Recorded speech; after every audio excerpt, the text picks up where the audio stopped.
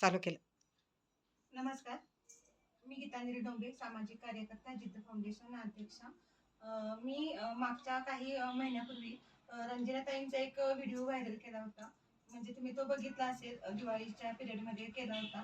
तर मी एक रंजनाताईंना प्रॉमिस केलं होतं की बाबा त्यांची परिस्थिती बघून त्यांना सांगितलं होतं की जे काय महिन्याचा जो काही बाजार असेल, राशन जे काही असेल ते मी तुम्हाला देईन. पण ते माझ्याकडून झालं नाही. मी एक 2-3 वेळा त्यांना देऊ शकले. का तर आमचं फाउंडेशन इतकं मोठं नाही झालं की अजून लोकांना मदत. माझी तरी खूप इच्छा आहे की किमान 100 घरं अशी आमच्या फाउंडेशन कडून चालावीत. पण ते शक्य नाही होत की आता तेवढ्या मदती आम्हाला येत नाहीत. अशा आमच्या म्हणजे ह्या मम्मी आहेत किंवा माझ्या मैत्रिणी आहेत. तर त्यांच्याकडून मी अशा मदती वगैरे जमा करून मी पोच करत असते. का तर अनाथ आश्रम इकडं तिकडं लोक मदती देतात. का तर तिकडे जातात लोक भरपूर आणि मदती करत असतात. पण अशी कितीतरी कुटुंब आहेत, अशी कितीतरी लोक आहेत की ती अशी म्हणजे त्यांना गरज असते. त्यांचा दवाखाना असतो, त्यांच्याकडे काही म्हणजे सोर्स कोणताही नसतो आणि भाडं म्हणा किंवा आता ही लहान मुलं आहेत, तर त्यांचा शिक्षणाचा खर्च असतो.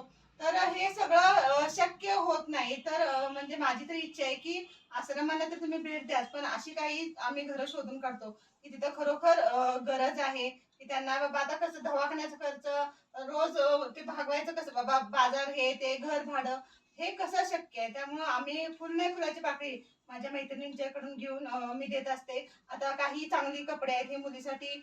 माझ्या एका नविता म्हणून मैत्रीण आहे, तर तिच्या मुलीचे अगदीच नवीन कपडे आहेत. ती या मुलीसाठी तिने दिलेले आहेत आणि आम्ही बाजार वगैरे घेऊन सगळं आम्ही या ताईंना भेटलेलो आहोत. जर तुम्हाला कुणाला खरोखर मदत करायची असेल मनापासून तर नक्की आम्हाला सांगा.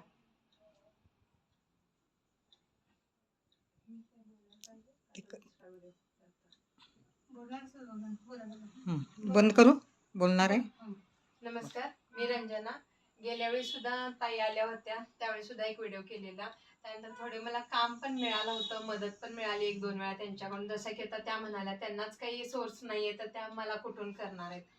तसंच माझं आता कसं झालंय, खूपच कंडिशन खराब झाल्या. जसं आता की रक्त खूप कमी होतंय, अन्न खूप कमी प्रमाणात जातंय, तब्येती खराब झाली बरीचशी. त्यात आता हे उदरनिर्वाह तर चालवायलाच पाहिजे. घराचं भाडं आहे, पोरगीचं शिक्षण आहे, खाणं पिणं आहे, लाईट बिल, पाणी बिल आहे, बरेच असं दवाखाना आहे, ते लागतंच.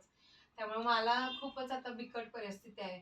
तर तुम्ही हे जे मी काही आर्ट करते ते पण तुम्ही विकत घ्यावं, किंवा तुम्हाला काही जमत असेल तर मला फुलाची पाकळी मला मदत करावी ताईंच्या मी संदर्भात. ज्यावेळी ताईनं पहिल्यांदा भेटले त्यावेळी जरा बऱ्यापैकी तब्येत बरी होती, पण आता बघितली तर पहिल्या तब्येतीने आताच्या तब्येतीत खूप फरक झाला की त्या खूपच आता वीक वाटतायत. खूपच मला आता त्रास होत आहे. दुसरं काही नाही, या मुलीकडे बघून मला वाटतंय की म्हणजे मदत करावी.